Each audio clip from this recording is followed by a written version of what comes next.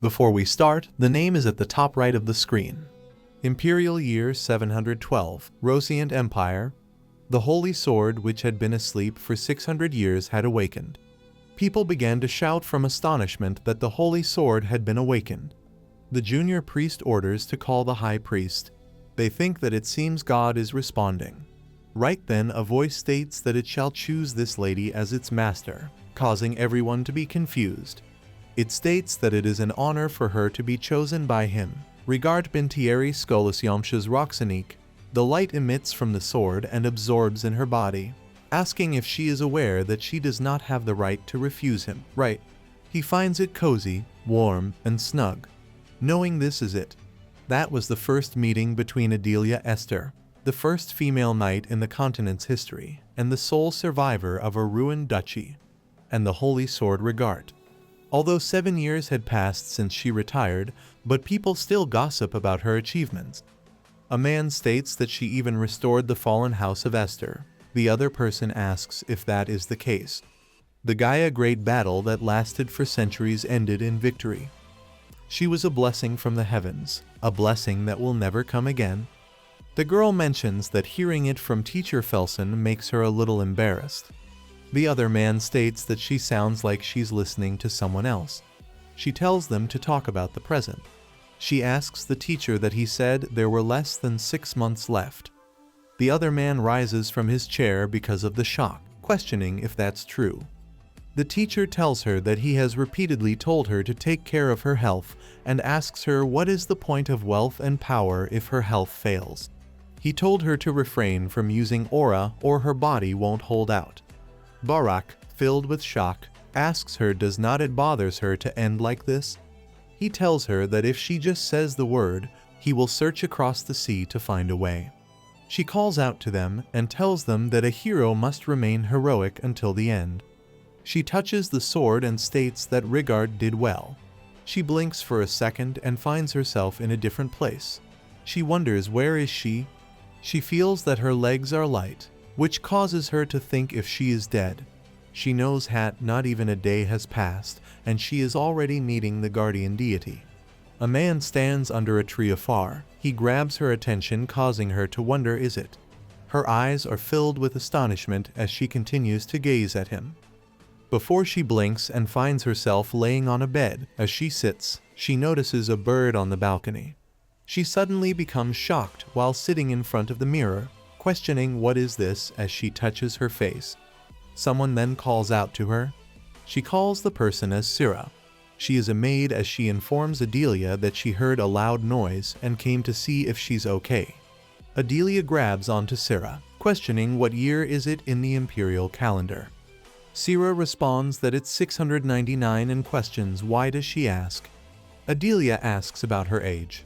Sira responds that she is 9 years old. Adelia with a concerned look then questions if her father and brother are alive. Sira responds that the Duke's letter from the battlefield arrived yesterday, so there should be no problem, and that young Master Derek is in the Royal Knights. She asks Adelia if she had a nightmare, telling her that she needs to get ready for the academy entrance ceremony. Adelia remembers that this is the luxurious room in the mansion where she lived as a child, and Sira is the maid whose face she could not remember after the fall of their family. She knows that she is the 9-year-old naive and young Adelia. She thinks that it is either a dream and she has finally gone mad, or she has gone back to the past. She then becomes excited and calls out to Sira. She goes back to her bed and tells her that she is not going to the academy so she can just unpack her things. She ponders that she does not want to go through the hardship of becoming a knight again. Before she turns around and tells Sira that unpacking is a hassle, so she can just burn everything. Sira is dumbfounded as she asks Adelia that just yesterday she was so excited to become a knight like young Master Derek. Adelia questions if she was. She tells her that today is a new day, and she does not want to be a knight anymore. She makes it clear that from now on, she will really, truly just have fun. The house of Esther is still standing, and her father and brother are alive to lead it. She is so happy that she does not have to carry the heavy burden alone as she did in her previous life. She is aware that if she does not become a knight, she will not have to go back to the dreadful battlefield. Nor will she have to be the Emperor's Exidum's lapdog pretending to be a hero. She thinks that this is an extension of the wrist she has finally earned, and it is a chance to compensate for a life that was tired and pitiful and spent in war and work. She knows that she's retired, and so for now, she'll sleep and think about it when she wakes up. She is having a nightmare of her past. She runs out as she's informed that the Duke and the young Duke have fallen in battle against the Rashar coalition. The Fraer royal knights have achieved a great victory against a coalition. People celebrate as a man mentions that he heard the head and young head of the House of Esther are both dead. The other one also states that he bet that Fraer would become a hero again, and he was right. She stood there and stared at them from her window. As they say, that poor young Esther is left all alone. She begins to have fever. The doctor appears and states that she has taken the antipyretic so her fever will go down soon. Syrah grabs the doctor from the collar yelling how soon. She states that Adelia is in so much pain and the doctor should do something. He asks her to please come down as she becomes more angry and asks him how can she calm down. Right then, the young master appears and states that there was no mention of Adelia being sick in the letters. Syrah tells him that Adelia has been talking strangely since the morning and developed a fever a little while ago. He asks her if she said that she would not go to the academy and Syrah responds yes she did. He goes to her and grabs her hand, stating that her brother is here so she can open her eyes. He tells her that if her fever goes down he will buy her lots of pudding from Third Cent and they will stop by Lemurie for some plum ice cream. Suddenly, he becomes surprised. Light begins to emit from her body as she wonders if this is Aurora. His Grace Theos Esther, the war hero of the Rosient Empire, is questioned what does he intend to do. He is told that, as he knows, many noble families and imperial citizens are watching the House of Esther closely. There was a lot of talk when she decided to take the entrance exam to become a knight as a woman. So if she turns back now, there will be those who will before he is interrupted by Theos. He calls out to Warren, stating that he will finish the war within a week and return. Warren is dumbfounded as he asks what. Theos asks why drag it out for 6 months. Warren tells his grace that it is not as easy as it sounds. He responds that there is no change in plans and embarks on his journey. Her brother asks her if she can hear him. She opens her eyes as he checks if her fever has gone down. She calls out to him as she tells her yes, it is her brother. She becomes shocked and asks him how did he get here so quickly. She suddenly gets a throbbing pain in her head, causing her to scream. Her brother, with a worrisome look, questions if she is okay or if she's still in pain. She looks at him for a while as she ponders that she is really alive.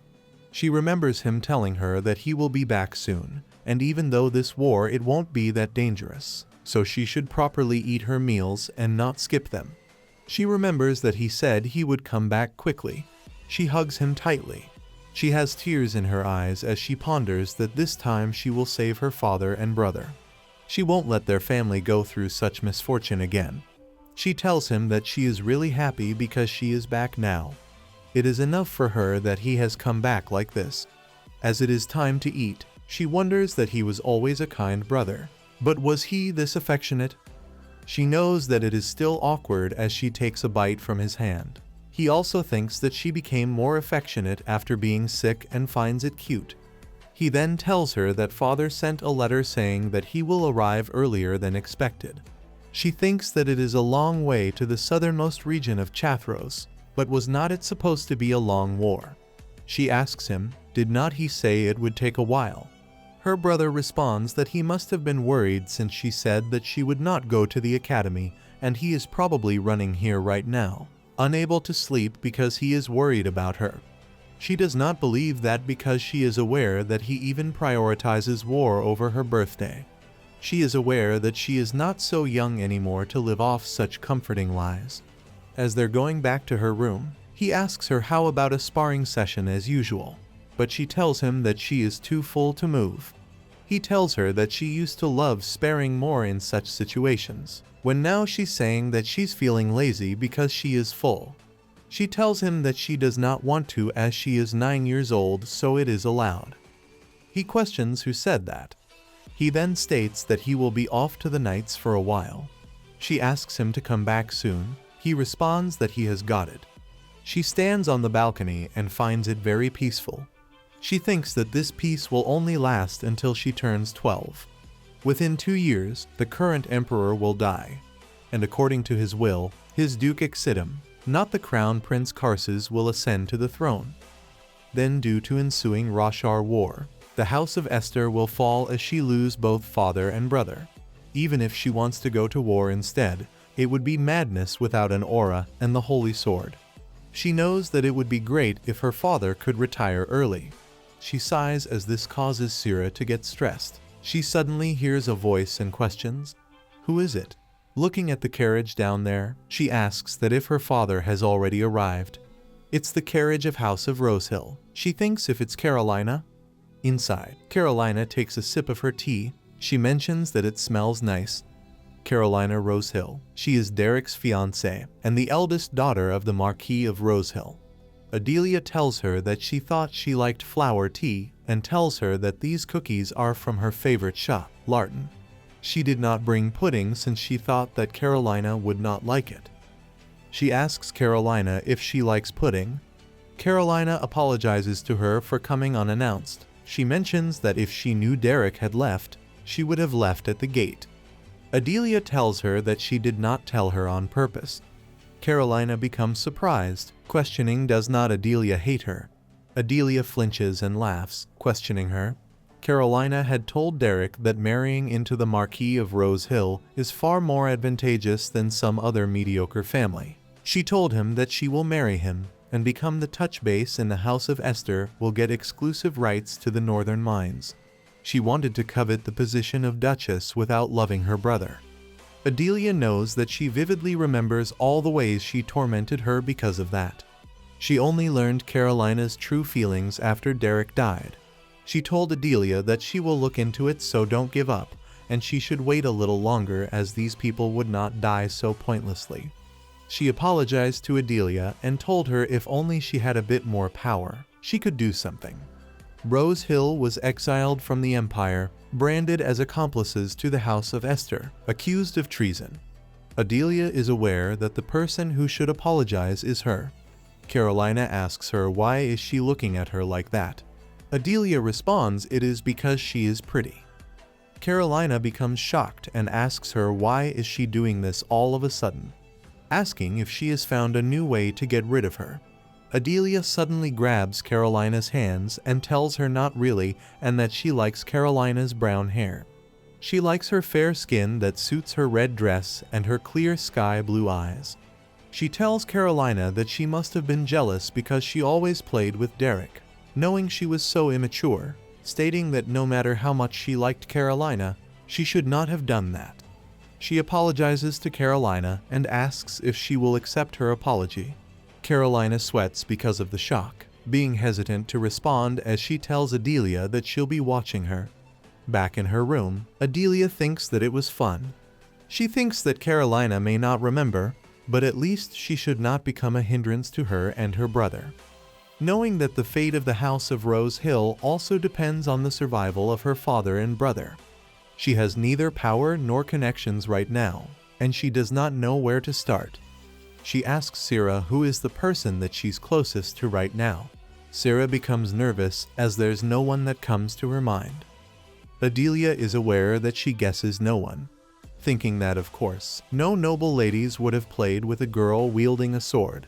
She tells her that she's thinking of making friends since she is not going to the academy. Sira becomes happy, stating that would be wonderful. Adelia stands up and states that if she has drawn her sword, she should cut something with it.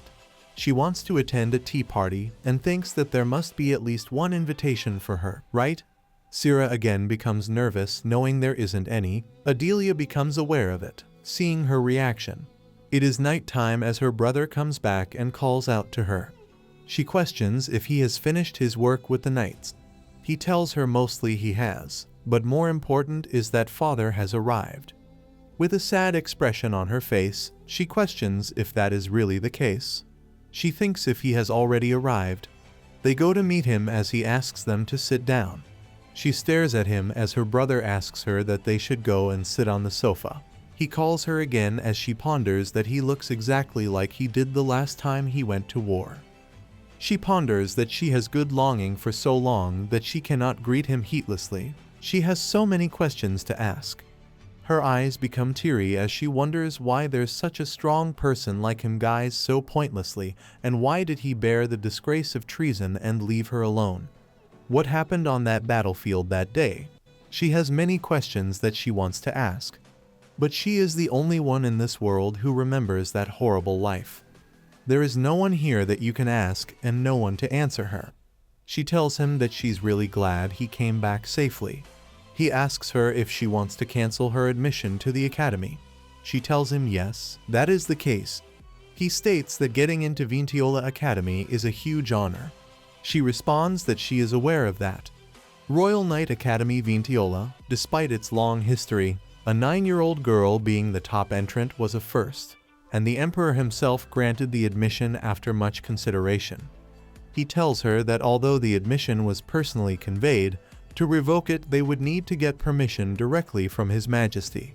She tells him that she is prepared for that and states that he must have ended the war quickly to come back, but her decision not to go to the academy has not changed. He calls out to her and states that the reason he returned quickly is but does not finish his sentence. He asks her if she's feeling better now. She tells him yes, she is perfectly fine now. He rises up and states that he has prepared the carriage and they should go to the palace without delay. She asks him what does he mean, and she wonders if they are supposed to go just like that. She questions if she has his permission. He states that the morning air is cold, so she should go and dress warmly and then come down. While in the carriage, he questions that this is her first time meeting the Emperor, right? She knows that in her previous life, she only heard about his passing while she was at the academy. Her brother tells her that they will arrive in the morning so she can get some sleep. She looks at her father and ponders that a stern father and a daughter who is not good at expressing affection. She missed him so much, but these feelings are probably just hers alone. So she thinks this is all right. The morning approaches as her father steps outside, and she asks him if he finished talking with His Majesty. He responds that yes, but his part was just to confirm that he approved, and now she has to go in alone and get the Emperor's permission. She tells him yes, she can do it, and begins to step towards inside. His Duke tells his son that it has been decided that he won't be going on any expeditions for a while, that he will be at the Duke's estate, so he should return to the Knight Order.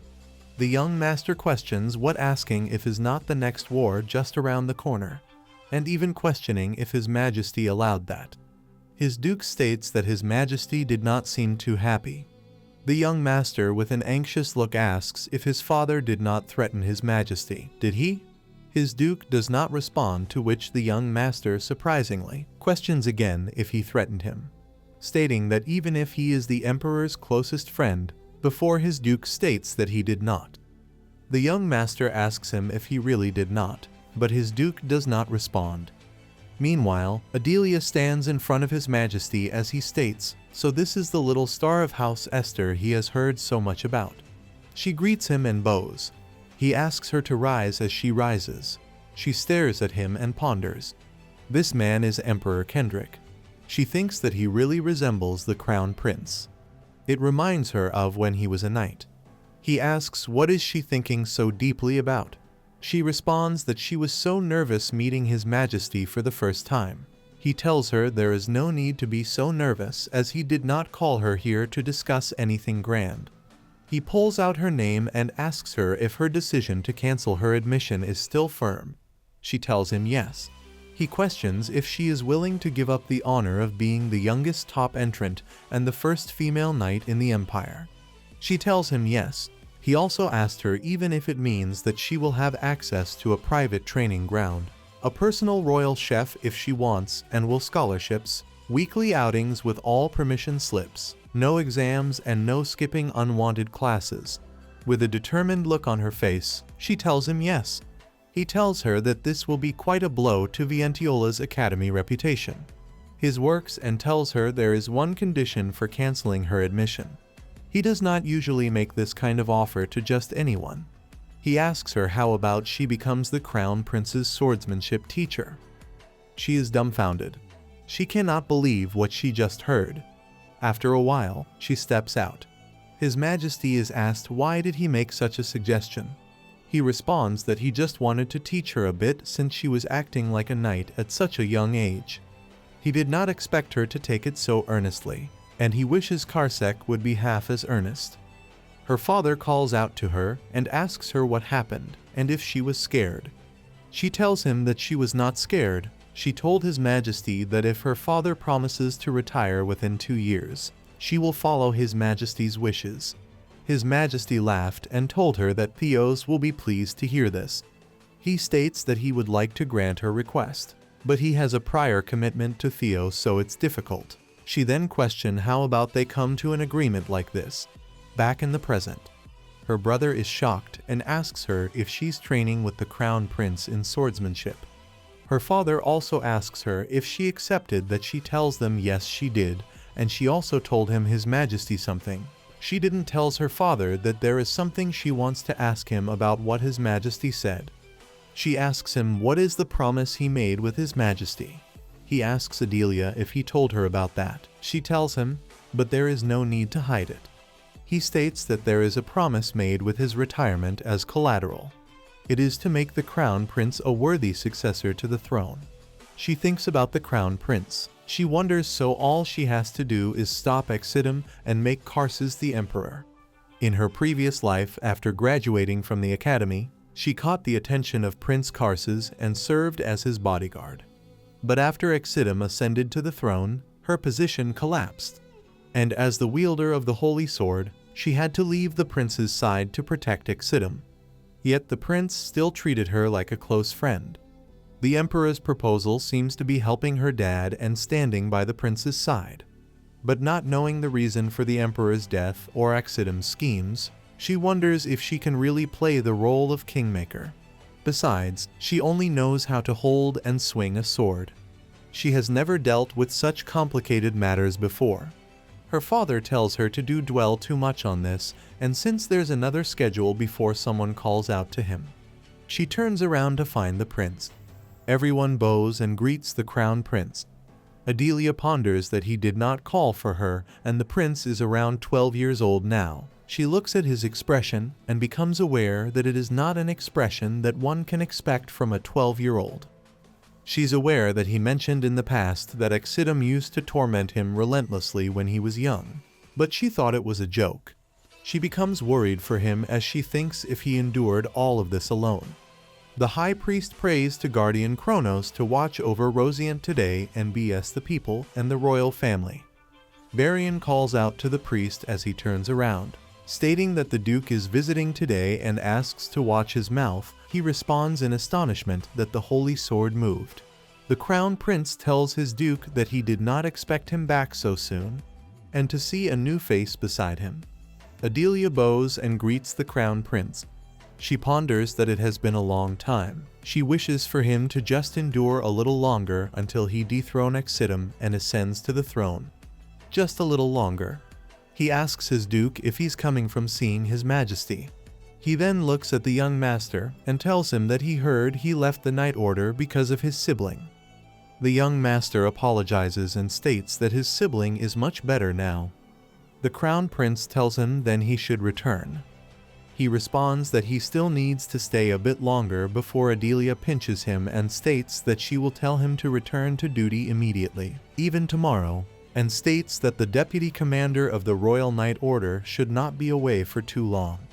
Her brother is shocked to know that he has to return tomorrow. She looks at him and tells him why, stating that she is fully recovered. With tearful eyes, he tells the Crown Prince that he has already told the commander that he will return in a week. The Crown Prince then asks him to do as he sees fit, as he knows he is not one to slack off. He then states that he's on his way to see His Majesty, so he will take his leave. Adelia asks him to take care. He glances at her before he steps away. He then asks Lud, his attendant to find out more about the little star of the house Esther, Adelia. In the garage, Adelia thinks about her next schedule. It was the Holy Temple. She finds the building really beautiful.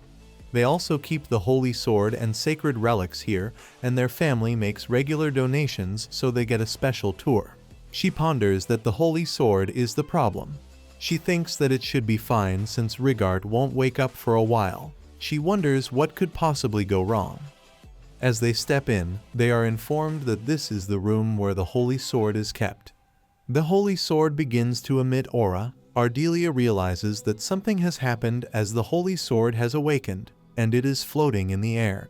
She is shocked as she wonders why did it wake up so early and why does it recognize her.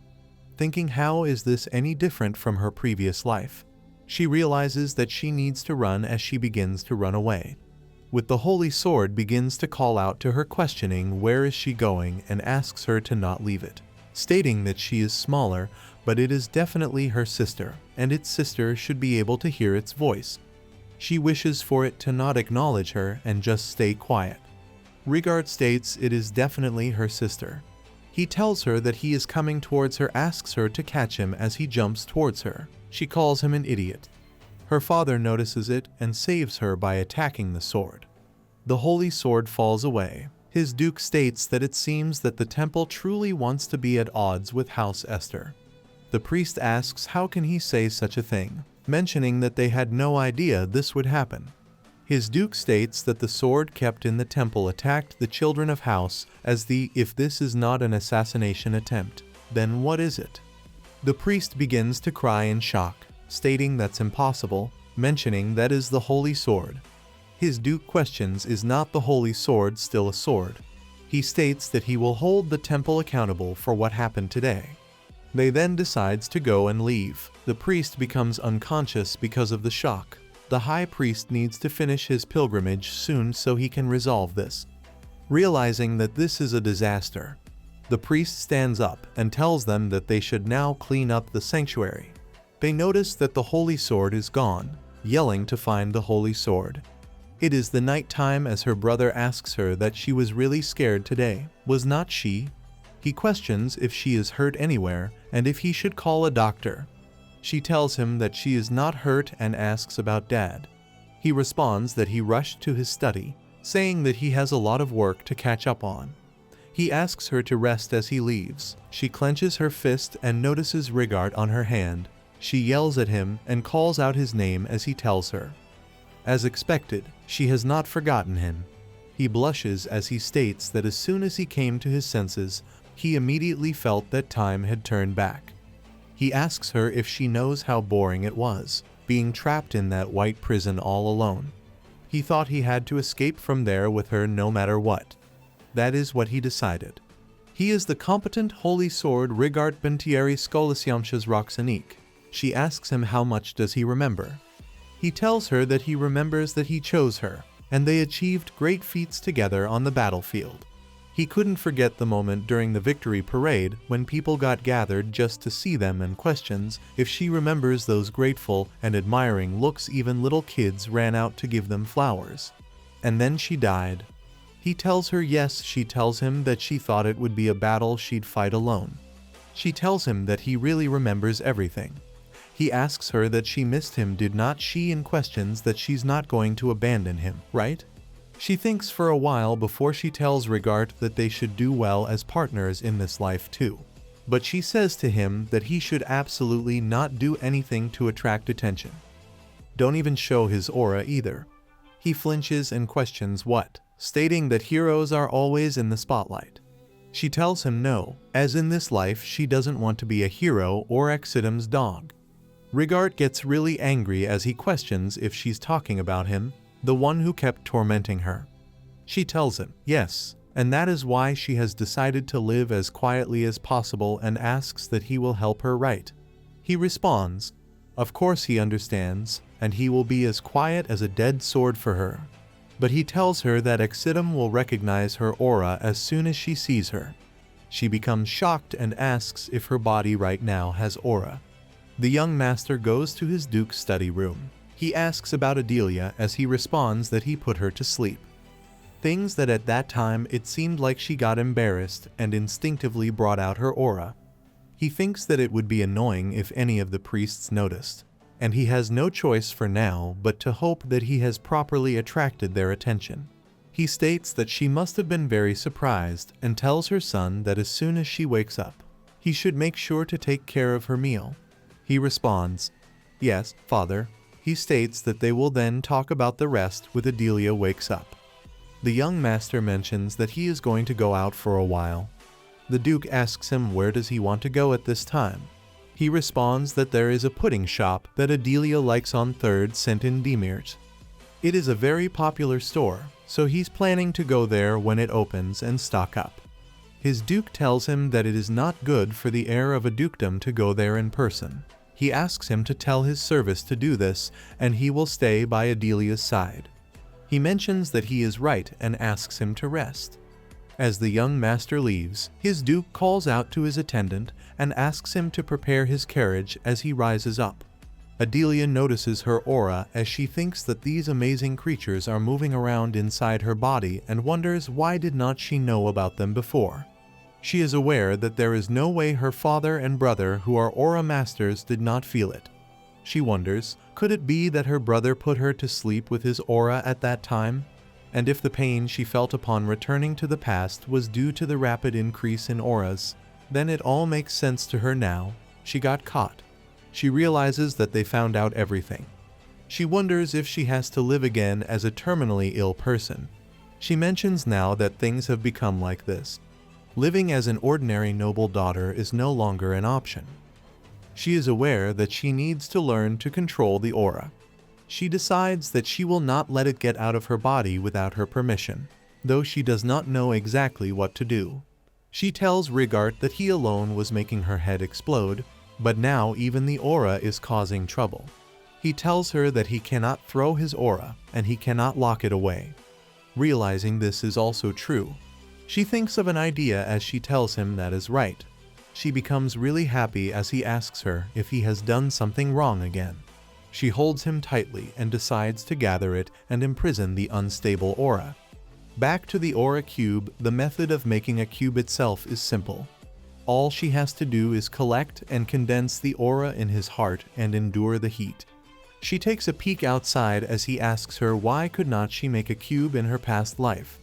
She tells him that originally it was designed for those who cannot control their aura even after reaching adulthood. This is a method of collecting aura by creating a space like a safe with a ban on the heart. She questioned that if finally she too, but her teacher told her that not only has he not seen any successful cases, her body and heart cannot endure the process right now. It will be similar to unaliving herself. Back in the present, Rigart tells her that means attempting it is also dangerous. She holds her breath and goes inside the water, stating that she is aware of that, and if she cannot control the aura, then she will eventually die. She will slowly wither while she helplessly watches everyone die. She suddenly ponders that cannot be possible and begins to realize that it hurts. Tears drops from her eyes as she asks herself to calm down and think about her dad and think about her brother. She still remembers the pain of losing the people she loved, and she has not even been able to enjoy a proper retirement life yet. So this time she will definitely take control of the aura. The aura begins to emit so rapidly that it goes out of the window too. The aura is gone as Rigart calls out to her. There is no response as he keeps on trembling. He questions what if she die like this. He does not want to be dragged back to that white prison. He asks her to not die, telling her that she cannot die like this. She suddenly appears, trying to breathe. He calls her sister. She steps outside and smokes, questioning. What did he just say? He states that he thought his sister was going to die. She questions if he was planning on leaving as soon as she died. He responds no, he did not mean it that way, and wonders why at this timing. He asked her what happened after that, and she questions. Does he not get it by looking at her still alive? She almost died. Two women notice the Duke of Esther and questions if that is really him. They are aware that it is said he sometimes appears on deserts, and it is their first time seeing him in real life, and ponders so there was a reason why Lady Rose Hill hanged herself. He ponders that his father said that yesterday, but Adelia wants to eat it, so he has to buy it himself. If he had known that this would happen, he would have told his father and sent him a courtship letter. It turns out that the shop is not open. He realizes that there was no point in coming here. The store was going to be closed. A girl calls out to him and asks Say what is wrong. He tells her that his sister really likes the pudding from here and he wanted to give her a special gift, but the shop is closed. The girl tells him that it is her dad's pudding. He asks her if the owner of this store is her father. She tells him yes, as he asks her if he can know when the store will open. She tells him that they won't be opening the store anymore. He is shocked as she continues that they are going to close the store for good, and she thinks that her father has already put it up for sale. Meanwhile, Adelia calls out to Lily. Lily asks her if she just came down to call her. Adelia tells her it was so stuffy and questions where is her father and brother.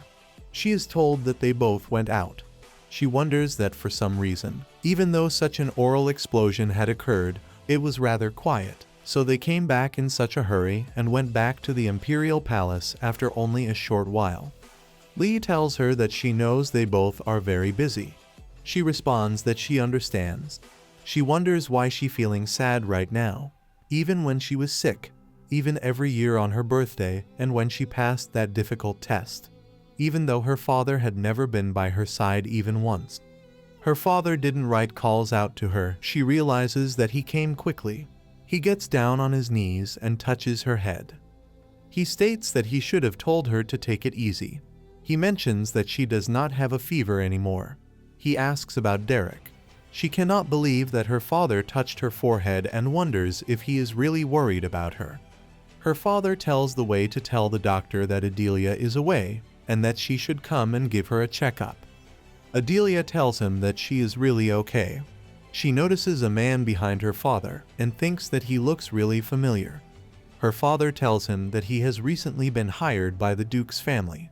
The person takes off his hat. As Adelia remembers, she realizes he is from Delon's Happy Fondant Desert. He gives her the custard pudding and tells her this is the pudding that she has always liked, and he's also proud of his cheese pudding with raspberry syrup, but this is his best one. She takes a bite and tells him a distillation as she remembers that the store also closed down in the past due to the aftermath of the war. She is aware that she is trying this after a really long time. She questions how does he remember all the flavors that she liked. He asks her how could she possibly forget. She's the one who praised his puddings every time she came. He also heard that Master Direct came to visit the store and tells him that he made him go there in vain.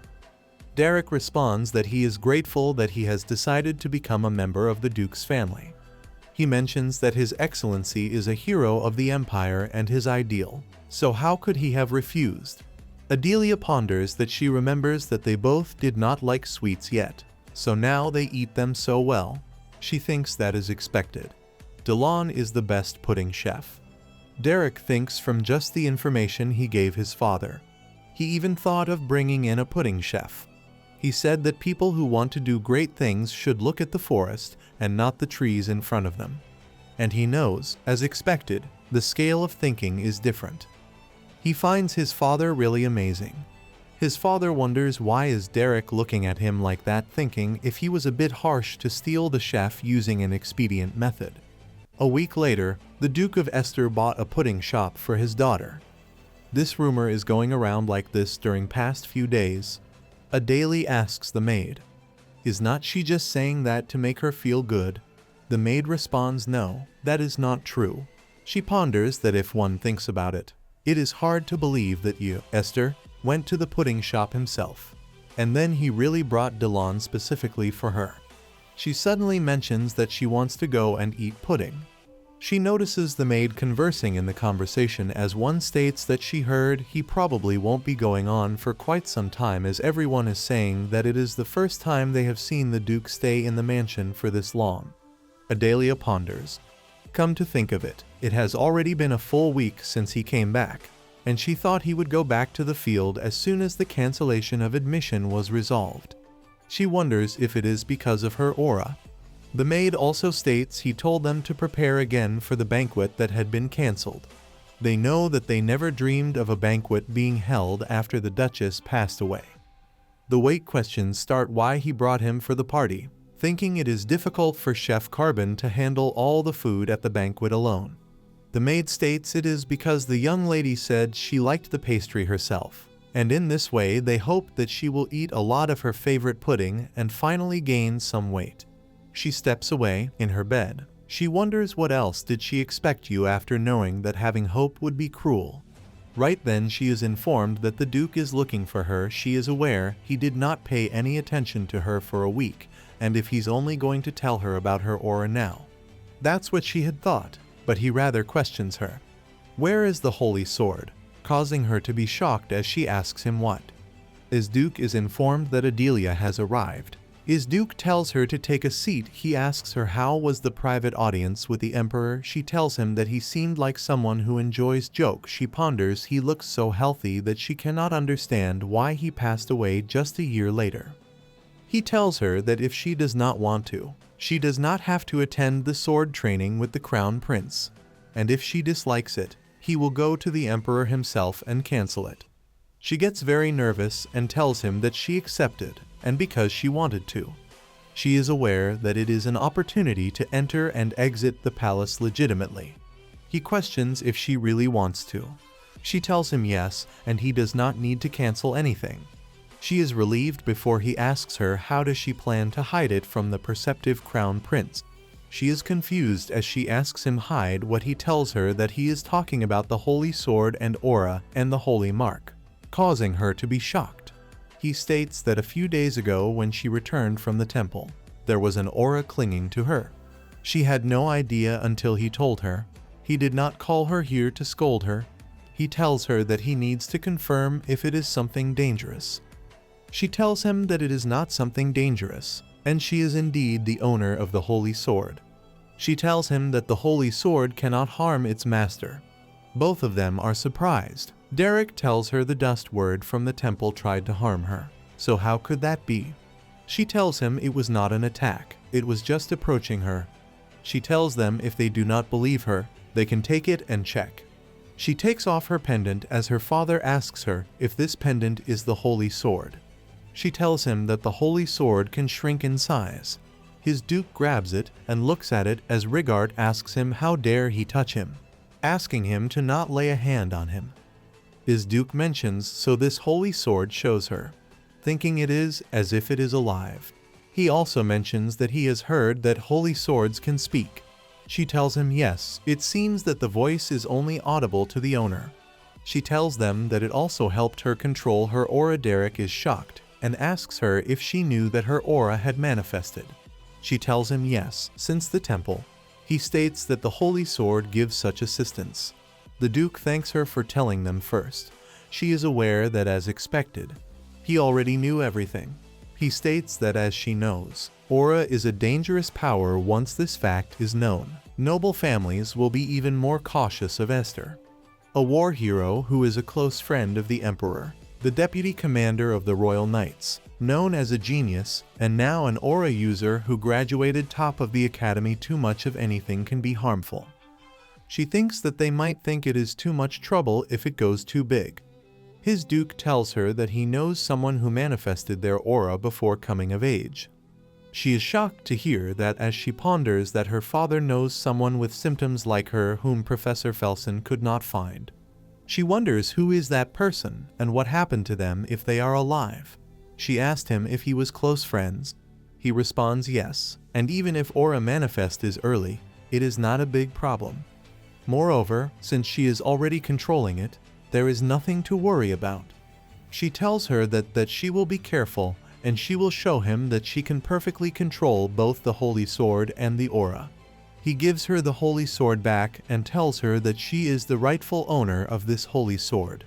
She questions if they all are really going to trust her. They responded there is no reason to not trust her. She is aware that even when her enrollment was cancelled, they must have had a lot of questions wondering why are they letting it go. They tell her that she can leave now as she leaves. Derek asks him that if he really intends to let this go like this. His duke states that Adelia was born with aura. Derek is shocked. His duke mentions that twice a year, Adelia's aura would periodically go out of control. As one knows, rampaging aura can be subdued by a stronger aura, and he would regularly suppress it. But this time the cycle was broken, and if he had not found it in time and suppressed it, it could have been dangerous. Derek questions, and how about asking that person for help and showing them Adelia's condition? His duke disagrees, stating that person is dead. Derek becomes shocked and questions what about their Adelia and if something will happen to her too. His duke asks him to calm down, stating that Adelia is different. The person he mentioned could not control their aura till the end. Moreover, they pushed themselves physically, which hastened their death, but Adelia's situation is different. He swore that as long as the child stayed alive, he would let her do anything she wanted, and if it does not threaten Adelia's life, he wants to just watch over her.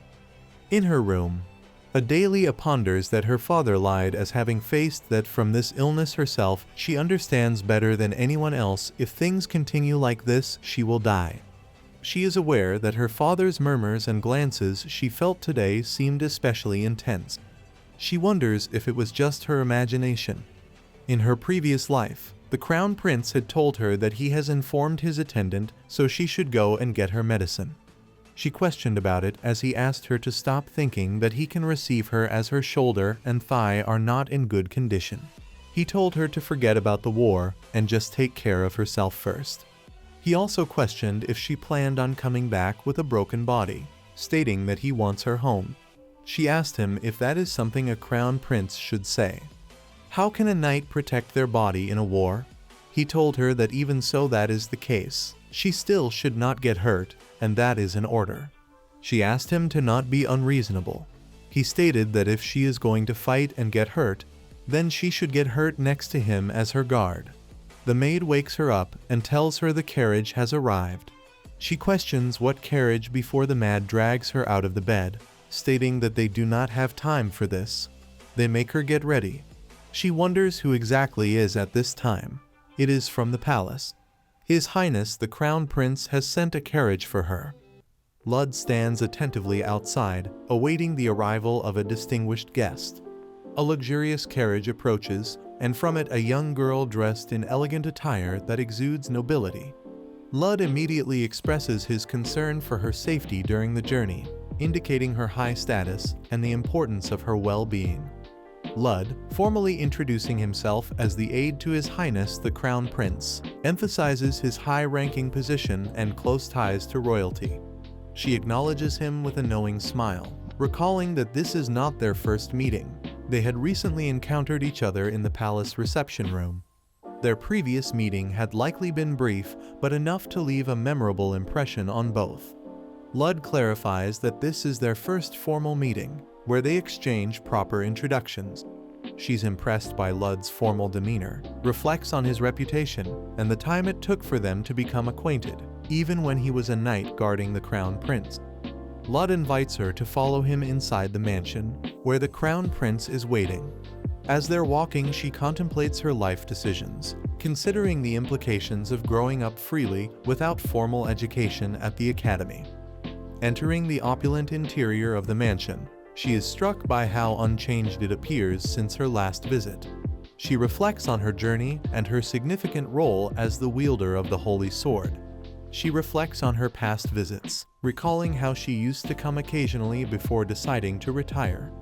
She remembers making the decision to withdraw from public life and avoid being seen by people, understanding that attracting attention was something she could no longer afford. This withdrawal included not meeting with His Majesty or sending even a single letter. Inside the mansion, another figure stands by a desk, pondering how His Highness must have felt upon suddenly hearing of her supposed death. This thought reveals the weight of her decision to disappear completely, leaving behind a life of duty and connections.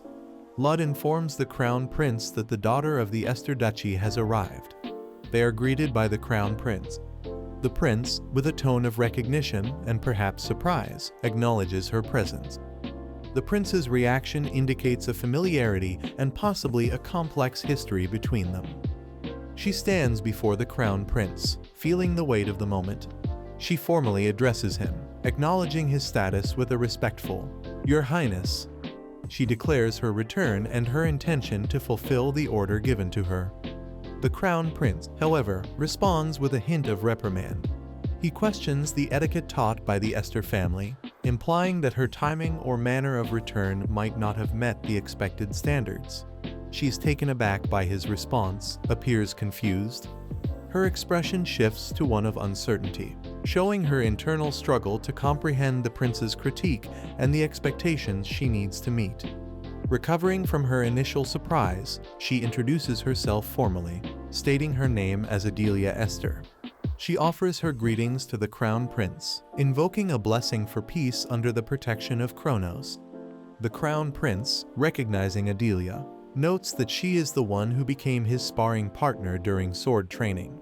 He recalls an order from His Majesty, the Emperor, which dictated this arrangement without his consent. The Emperor's decision reflects his interest in evaluating Adelia's abilities as a knight. The Crown Prince expresses his curiosity to see how great a knight Adelia truly is. Adelia stands before him, elegantly dressed without even carrying a sword. Despite her appearance, she is momentarily flustered, having forgotten to bring her sword due to her excitement about meeting the young prince. She internally reflects on her current age, understanding that it's natural to be sensitive and cautious, especially since these are memories only she remembers. As Adelia composes herself, she acknowledges that while she may have some flaws, she is also a capable knight. She reassures the Crown Prince of her dedication and skill, drawing a parallel between her commitment and his role as a devoted son and future Crown Prince of the Rosient Empire. Her words reflect her determination to prove her worth and capability. Lud, standing beside her, asks the Crown Prince if he would like to test Adelia's abilities. The Crown Prince, though silent, seems contemplative, considering the challenge proposed by Lud. This sets a potential test of Adelia's skills, emphasizing the importance of proving oneself in this noble and high-stakes environment. The Crown Prince grips his sword with a determined look in his eyes. He raises his weapon, signaling the commencement of the sparring match with Adelia Esther. Adelia, undeterred by the regal setting or her elegant attire, follows suit, drawing her sword and positioning herself with a practiced stance. The atmosphere is charged with tension as their blades clash for the first time, the metallic sound reverberating through the room. Adelia apologizes to the Crown Prince, expressing that she has already clashed swords with him hundreds of times, indicating their history of training together. As they exchange blows, the Crown Prince notes the quality of Adelia's stance, impressed despite his earlier skepticism. Adelia attributes her skills to the teachings of her father and older brother, each strike reflecting the rigorous training she has undergone. However, she is also acutely aware of her limitations, particularly the restricted range of motion in her left shoulder, yet she continues to engage with precision and strength. The room is filled with the swift movements and strategic strikes of the two combatants, their faces focused and determined. The Crown Prince's curiosity about Adelia's abilities transforms into recognition of her competence. Each clash of their swords is a testament to their shared history and mutual respect. Adelia's confidence and skillful execution during the sparring session demonstrate her worthiness as a knight, earning the acknowledgement of the Crown Prince. In a dramatic move, she pushes through the Crown Prince's defense, her sword flashing as she closes in. She disarms him, her blade coming to a stop against his neck. The Crown Prince, taken aback by her skill and tenacity, looks at her in shock. Adelia stands triumphant, her sword pointed at the Crown Prince's throat, a testament to her hard-fought victory. After the duel, she respectfully inquires if she has passed his test, to which he responds with admiration, looking forward to their next training session. Adelia is visibly elated by his acknowledgement of her skills, indicating a newfound respect and recognition between them. Meanwhile, Lud comments on Adelia's genius, praising her family's impressive skills, loyalty, and humility. Adelia, feeling both proud and embarrassed, tries to process the overwhelming praise. The Crown Prince, reflecting on the situation, understands the pressures on Adelia's family, acknowledging that constant scrutiny and expectations could eventually take their toll. This moment solidifies Adelia's place as a formidable swordswoman, earning the Crown Prince's respect. The Crown Prince and Lud focusing on an ongoing investigation. The Crown Prince is informed that Esteen has returned and can be seen at Tetdor. Their conversation then shifts to the Crown Prince's impressions of his recent meeting with Adelia, which he describes as ambiguous. Reflecting on his interactions with Adelia, he acknowledges his rudeness towards her but admires her ability to endure and laugh off his behavior, suggesting she has a deeper purpose. He is particularly struck by her natural aura, recognizing it as a sign of her genius at such a young age. Despite conflicting reports about the Esther family, the Crown Prince considers the possibility that the testimonies against them might be incorrect, yet he acknowledges that evidence points to their involvement. The discussion reveals that the Esther family is the only place where a specific poisonous herb is cultivated, indicating their possible culpability. However, the Crown Prince is wary of pushing the investigation too aggressively, as it could arouse suspicion. His strategic thinking highlights the complexity and sensitivity of the situation, balancing the need for truth with the risk of political fallout. Adelia, upon hearing about Carolina's presence, seeks her out in the drawing room. As she approaches, she overhears a conversation between Carolina and her brother. His brother seems curious about recent events, inquires if anything is happening in Rosehill. Carolina expresses her desire to reconnect, mentioning her excitement upon hearing her brother's return to the duchy after a long absence.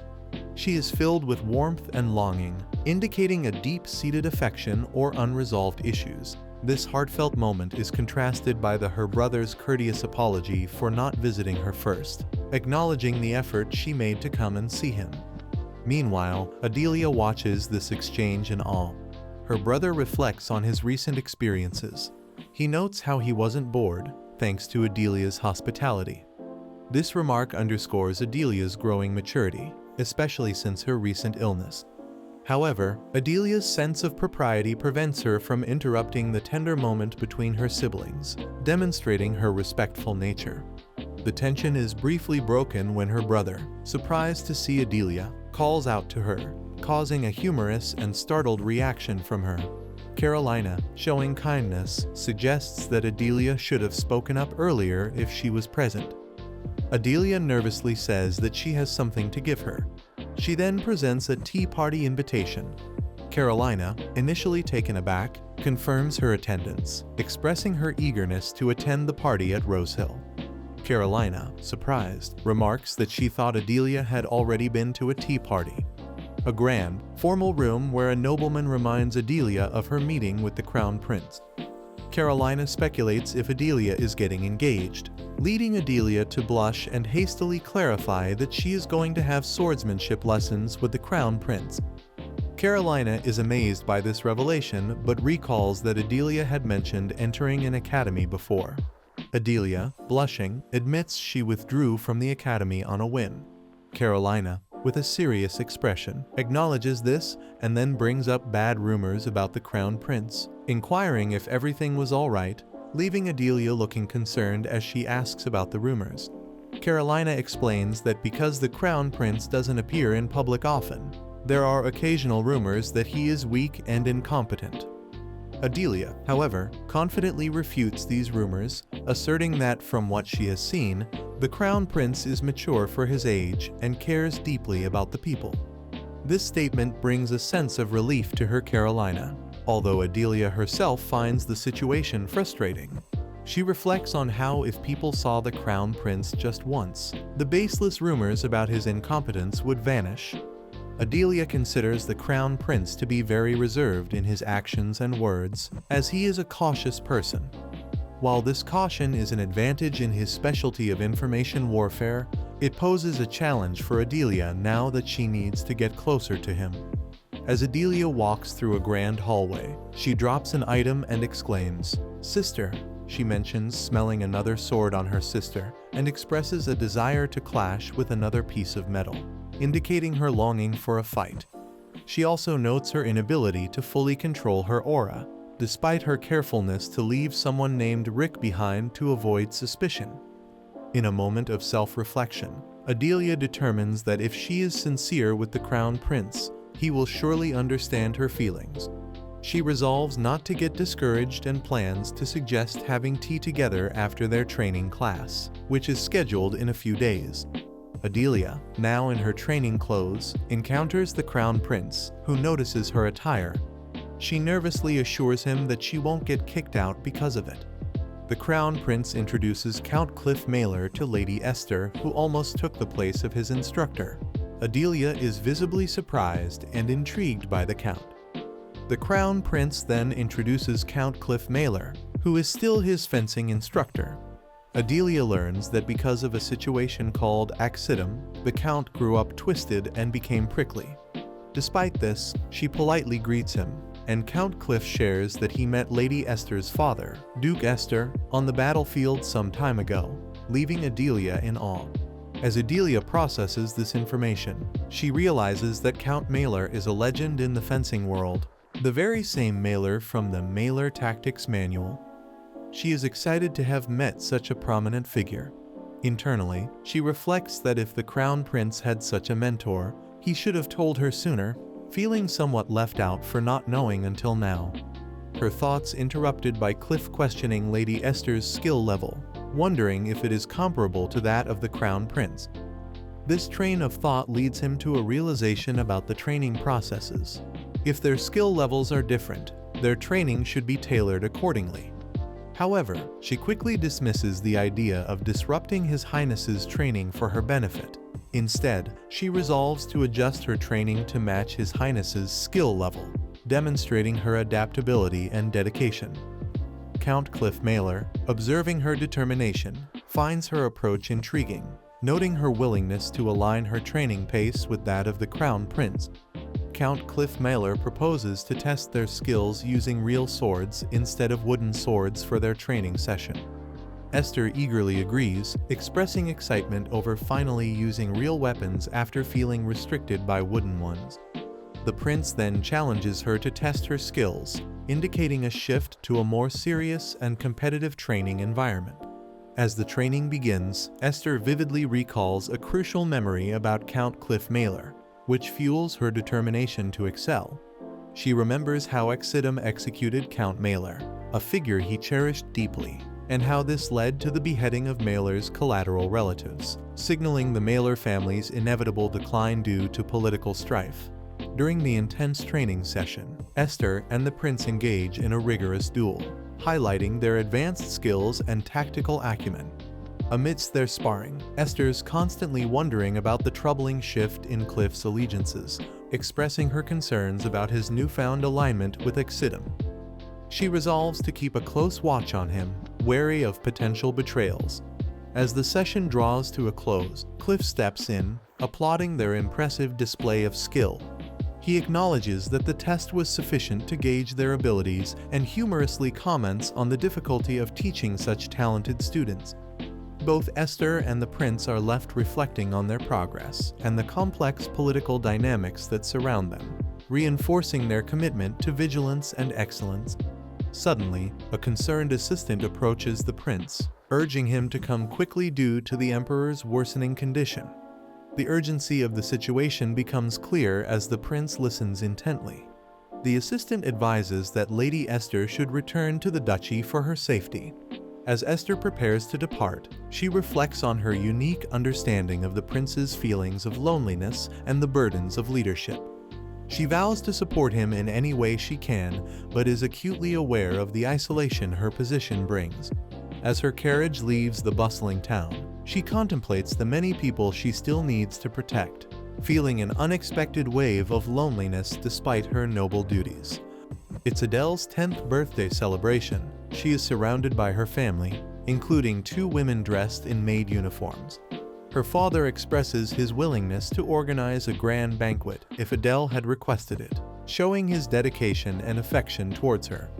Adele, displaying maturity beyond her years, gently declines the offer, stating she prefers the intimate family gathering over a grand celebration. She reminisces about how it's been a long time since they spent such quality time together and admits she wouldn't have had any friends to invite anyway.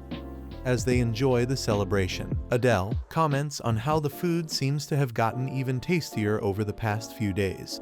Adele and the others then notice a large pile of beautifully wrapped gifts. Curious about their origin, Adele learns that the knights must have sent them, likely because of her praises about her.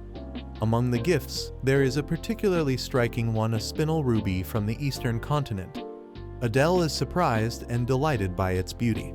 She learns that the gem, which means thorn in Latin, was sent by Carolina, who thought it would suit Adele's strength and character. As Adele unwraps her father's gift, her eyes widen in surprise and curiosity. The package is quite large, prompting her to wonder why it's so big. With careful movements, she pulls back the wrapping to reveal a beautifully ornate painting. Adele is taken aback by the detailed craftsmanship and the familiar faces depicted in the artwork. Her maid, standing beside her, holds the painting steady and explains that they had commissioned the painter just before the last war.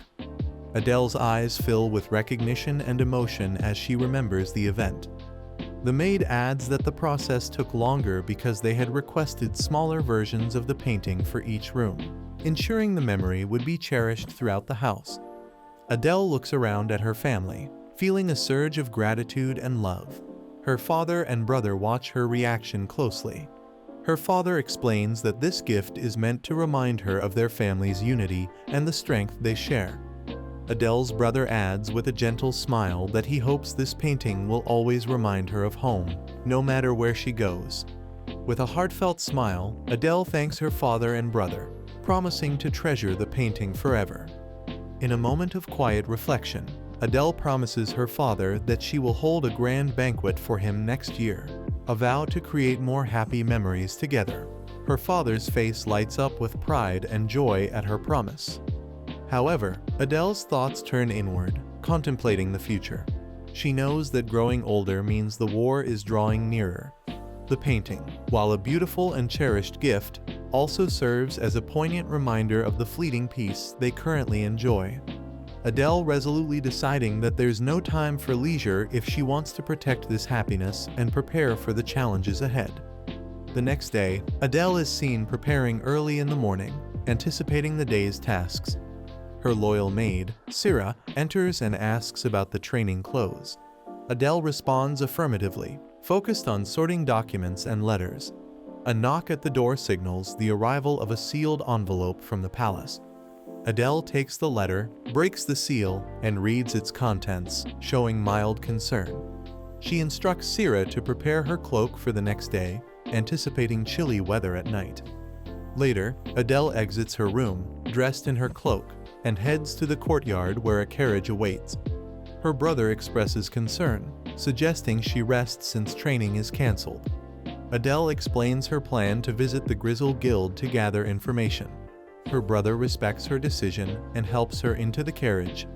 As the carriage rolls out, Adele reflects on the letter, noting the Emperor's rapid health decline. She is frustrated at not having figured out the cause yet. She thinks of postponing her retirement for a while.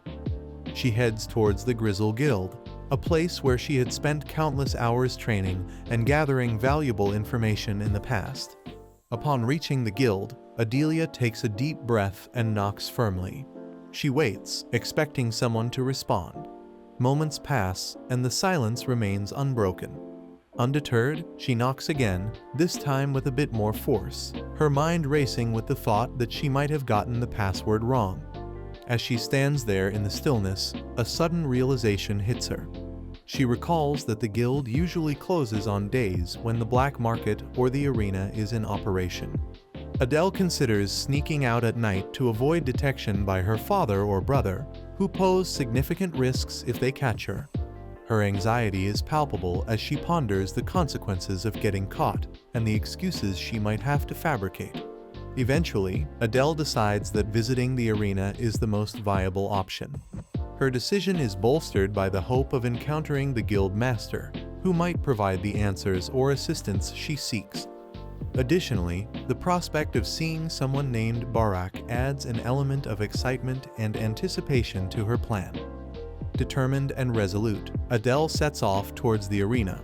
She hides behind a wall, listening to two men discussing the treatment of the children they refer to as dogs. The men emphasize the importance of keeping the children's mouths covered to maintain control over them. Adele's expression reflects her growing concern and anger. The men continue their conversation, mentioning that the esteemed guests prefer the children to be in perfect condition, without a single scratch.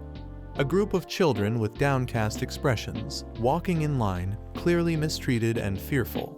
Adele's, still in disguise with her hood up, is seen among the children. She is determined not to ruin the main event, but to find a way to intervene effectively. Her internal monologue reveals her resolve to handle the situation carefully, ensuring she does not attract unwanted attention while planning her next steps. She decides it's time to go inside the arena.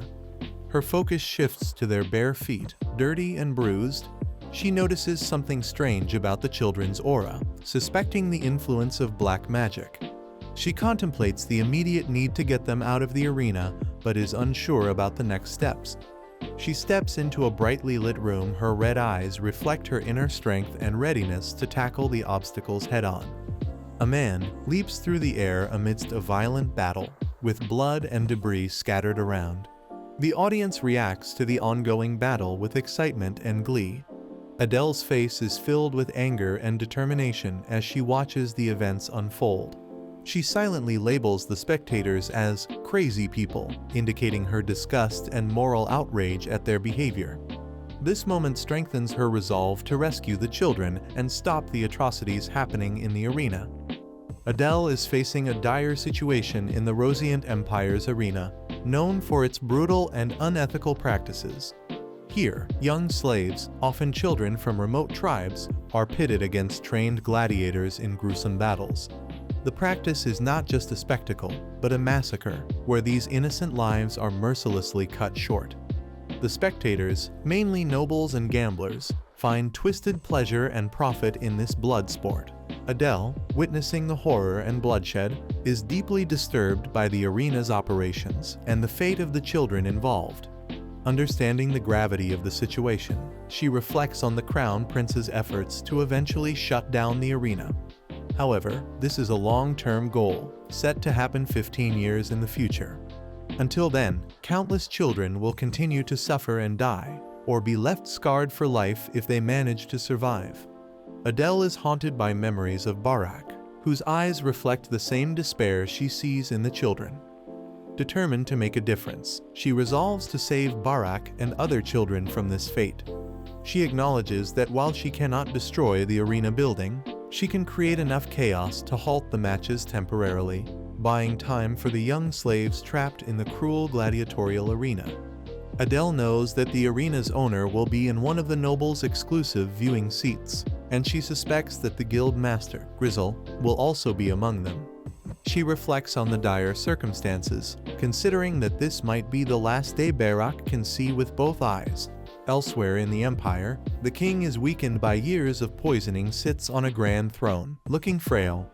His advisor, a stern-looking man, informs him that he won't be able to hold out much longer due to the prolonged poisoning. Despite his weakened state, the king to maintain his dignity, feeling frustrated by his condition. The advisor reassures him, emphasizing the importance of immediate attention if any discomfort arises. A young attendant nearby eagerly offers his assistance, echoing the advisor's sentiment, displaying an almost excessive concern for the king's well-being. The king, momentarily annoyed by the excessive concern, tries to lighten the mood by commenting on the strictness of the new advisor. Retention then pivots to a more serious matter, the ongoing investigation into the poisoning. The question of whether the mastermind behind the poisoning has been identified is met with a resigned, "not yet," but it's clear that the search continues and remains a priority, though it's emphasized that it's not a concern for the immediate discussion.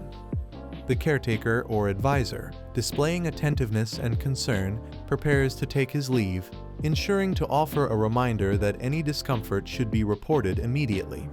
Returning to Adele, who has dealt with one of the guards, she reflects on the necessity of using her aura to incapacitate the strong adversary, rationalizing that her strength alone wouldn't have sufficed without a weapon. As she moves through the corridors, she encounters another guard who demands she drop her sword immediately. Realizing the precariousness of her position, she acknowledges that she has no choice but to comply. Amidst this, Adele takes decisive action against a foe, demonstrating her combat prowess.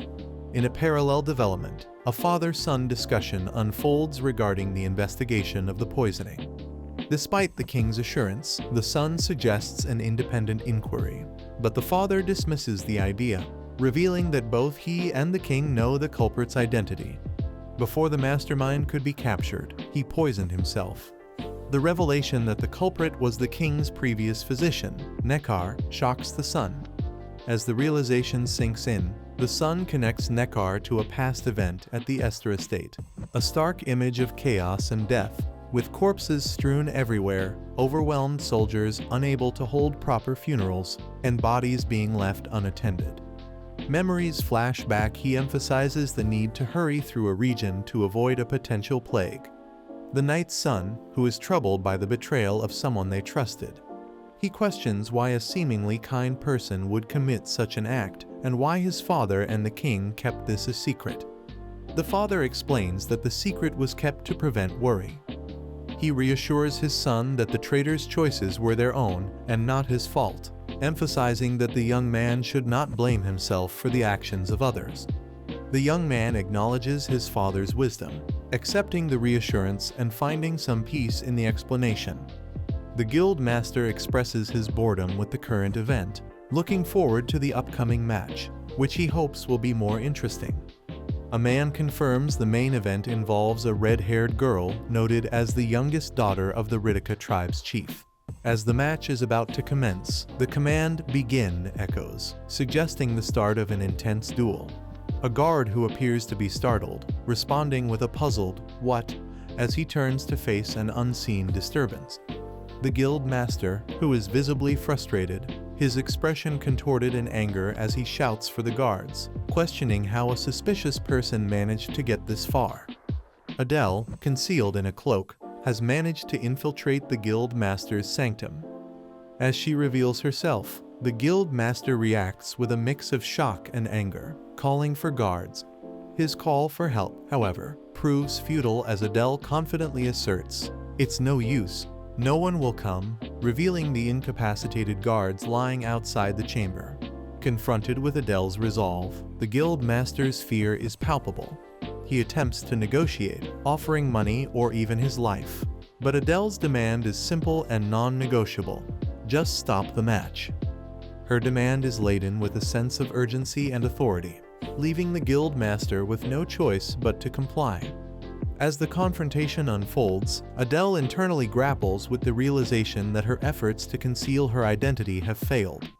Despite her meticulous planning to hide her face, the guild master recognizes her, stating, "I know who you are." This recognition adds a layer of tension, as Adele reflects on her past actions, which included sending gladiators to disrupt matches, a strategy that kept the arena empty for a month.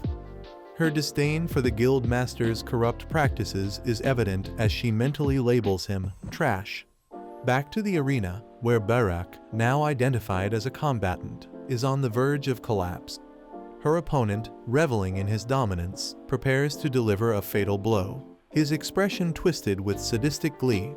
The tension reaches its peak as Adele's voice commands the cessation of the match. Her authority is unquestionable, and her words carry the weight of her resolve.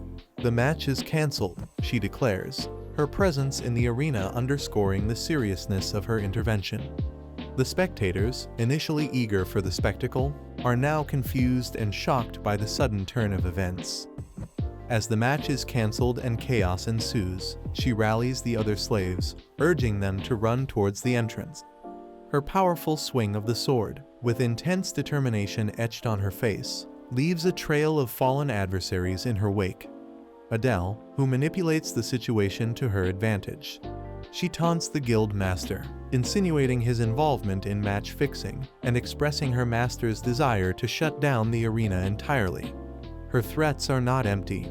She demands immediate cessation of all matches, warning the guild master of severe consequences if her demands are not met. In the ensuing mayhem, the spectators and fighters react in panic. Cries for earnings and accusations fly as the arena descends into chaos. Adele, calm and composed amidst the turmoil, strategizes her next move. With the guards distracted, she plans to free the remaining slave. Adele, visibly nervous and aware of her suspicious appearance, tries to explain herself to the kidnated children. As Adele pleads to be heard, there's an unseen accuser, presumably a figure of authority, who points out the chaos she has caused. As Adele is further accused of kidnapping children, she vehemently denies this, insisting on her innocence and addressing her accuser as Your Highness. A confrontation between the Crown Prince and Adele, surrounded by a group of children. The Crown Prince, with a somber expression, exudes authority and skepticism as he demands an explanation from Adele. The Crown Prince prompting Adele to explain herself. She stands in front of a group of children who look confused and anxious. Adele begins to explain that the children were not kidnapped, contrary to what the Crown Prince might think. She argues that the children did not try to run away, but were actually waiting patiently, implying that her intentions were misunderstood. She stresses that she was rescuing the children, not abducting them, trying to convey that she had the children's best interests at heart. Despite her explanation, the Crown Prince remains unconvinced and questions the credibility of her story. He insists on verifying her claims and suggests that the children themselves should provide the necessary confirmation. Adele, in an attempt to prove her innocence, turns to the children, urging them to speak up and support her story. The children, however, appear visibly nervous and hesitant. Their faces reflect fear and uncertainty, indicating the pressure of the situation. One of the children, a girl, timidly steps forward and stammers out a reluctant affirmation. The other children, standing behind her, seem unsure and intimidated. Suddenly, the scene is interrupted by a commotion, and a shout identifies someone responsible for taking down the guards, indicating an imminent threat. A group of armed men charges forward, accusing a figure in a navy hood of attacking the guards and urging each other to capture him before he escapes with the slaves. Adele, determined to prove her point, asks the Crown Prince if he now believes her explanation. However, the tension doesn't ease as the Crown Prince remains silent, contemplating the unfolding events. As the situation escalates, Adele and the Crown Prince don their hoods, preparing to face the oncoming threat. As the attackers close in, brandishing weapons, Adele, confident in her abilities, suggests a strategy to the Crown Prince, proposing that she will take the lead in the fight. Despite her confidence, the Crown Prince questions her overconfidence, expressing concern over the risky plan. Adele emphasizes the importance of the Crown Prince's safety, referring to him as the future emperor and implying that he must not be harmed in such a volatile situation. Just then, reinforcements arrive, calling out to the Crown Prince and apologizing for their delay. They express concern for his well-being, adding to the urgency and gravity of the situation. Adele and the Crown Prince stand together, having faced a significant challenge and emerging with a deeper understanding of each other's capabilities. Adele, hooded and inquisitive, asking Barak, the red-haired girl, about her identity. The girl, showing a blend of curiosity and defiance, questions Adele in return. Observing the situation, the red-haired girl deduces that the man being addressed as Your Highness must be the Crown Prince and concludes that the two individuals accompanying him are from the Imperial Palace. She further surmises that Adele must be of noble birth, given the respect shown to her by the Crown Prince. Adele attempts to downplay her abilities, attributing her actions to the desperate situation when she was almost caught by the guards. However, Barak insists that she is referring to a different incident, recalling that she saw Adele in action in the arena, implying a significant event where Adele showcased her exceptional skills. As the tension slightly eases, one of the Crown Prince's attendants steps forward, politely requesting the Barak's address for future contact. The girl, cautious and wary, asks what will happen next, indicating her hesitance and need for assurance. The Crown Prince assures Barak that if she has a family, she will be returned to them. If not, she will be taken care of comfortably until she is adopted by an orphanage sponsored by the imperial family. However, the girl firmly expresses her desire for revenge, revealing her traumatic past. She recounts the tragic event when her tribe, the Ritika, was attacked and killed on the same day she was kidnapped. She confesses that she doesn't know who was responsible, but she is determined to find them and avenge her tribe's death, emphasizing that she has no place to return to and cannot live comfortably while thinking about her dead family. Adele, who appears deeply moved by the girl's determination, and addresses the Crown Prince, stating her wish to help the child. Adele highlights the girl's impressive combat sense and situational awareness, suggesting that if they place her as a guild errand boy, she could become a valuable source of information. The Crown Prince acknowledges Adele's assessment, agreeing that the girl is indeed impressive. As the assessment of other children concludes, the group prepares to move to a safer location. The Crown Prince's secret base, the Tet Door, a place that serves both as a facade for ordinary inns and restaurants on the lower floors and a secretive meeting ground on the third floor. Only those who are deeply trusted by the Crown Prince or those he needs to handle discreetly have access to this hidden upper level. Barak, along with the Crown Prince and his entourage, approach this clandestine base. As they enter, the atmosphere changes from the lively bustle of the lower floors to the tense, hushed environment of the third floor, indicating the importance of this secretive meeting ground. Barak surveys the room, noting the influential figures present, all bound by the need for discretion. The Crown Prince, a commanding presence, silently directs his aides to take their positions.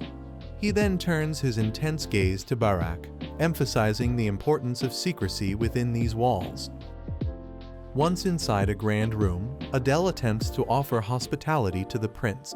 She wants to serve him a drink, but hesitates, unsure of his preferences. Adele grapples with the realization that despite her familiarity with the prince, she does not know his preferences well, revealing a desire to be more considerate and attentive. A flashback reflects, where Adele acknowledges her deep familiarity with the place to the extent that she often lets her guard down. Both the prince and Adele seated, enjoying their drinks. Crown Prince, with a serious and contemplative expression, questions Adele about canceling her training to come to the arena. Adele, sitting attentively, explains that she didn't want to miss the opportunity, hinting at the urgency and rarity of the situation they are dealing with. Adele recounts her failed plan to sweep the arena and arrest the operators. She reveals that someone else beat her to it, allowing the operators to escape, and she expresses her frustration and disappointment in herself for failing. Adele apologizes to Crown Prince for unintentionally ruining his plan. She swears her loyalty to the imperial family and to Crown Prince, pleading for his understanding and belief in her intentions. Crown Prince, in a calm and measured tone, reassures Adele that he knows she wasn't trying to kidnap the children. Redirecting the conversation towards the bigger picture, Crown Prince then poses critical questions to Adele about her decision to come to the arena and the source of her information, emphasizing the need for clarity and precision in their operations. He acknowledges that whether Adele is an ally or a potential enemy will be determined before she leaves. Adele, with a slightly anxious yet composed demeanor, listens intently. The prince internally decides how to handle Adele. The tension is palpable as he reflects on the delicate balance of trust and discretion required in their covert operations at Tet Door. The Crown Prince, midst of an internal contemplation about whether Adele is someone he can deeply trust or someone he needs to deal with quietly. As the prince continues to deliberate, the gravity of the situation through Adele's implication that if she is found to be an enemy, the prince might have to take discreet and decisive action against her. The tension escalates further as the Crown Prince questions the unusual presence of the princess at the arena and the source of this information, underscoring the critical nature of the restricted third floor of Tet Door. The Crown Prince, observing Adele's reactions, realizes that attempts to scare her are futile, as she remains steadfast. Adele, feeling the pressure of the unfairness of the situation. However, she doubts the plausibility of such a revelation being believed. The Crown Prince reluctantly agrees to the plan, indicating his willingness to give Adele a chance to prove herself, but also hinting at the ongoing uncertainty and suspicion that lingers. He then bids Adele farewell, stating he will see her at the next training, indicating that their interactions will continue and that this is just one step in a longer process of evaluation and judgment. The maid asks her about the day's training. Adele, with a satisfied smile, recounts how she managed to further deepen her friendship with the prince, despite the underlying tensions and challenges they faced. The maid, with a mix of admiration and worry, asks if the frequent long-distance travels for training sessions are exhausting for Adele. She maintains her composed demeanor, assures her maid that she doesn't find the travels tiring. She explains that her focus has primarily been on mastering swordsmanship, leaving her with a sense of fulfillment from her physical training. However, she expresses a longing to explore embroidery, dancing, and cooking, skills that would provide a balance to her rigorous martial training and offer her a more rounded life experience.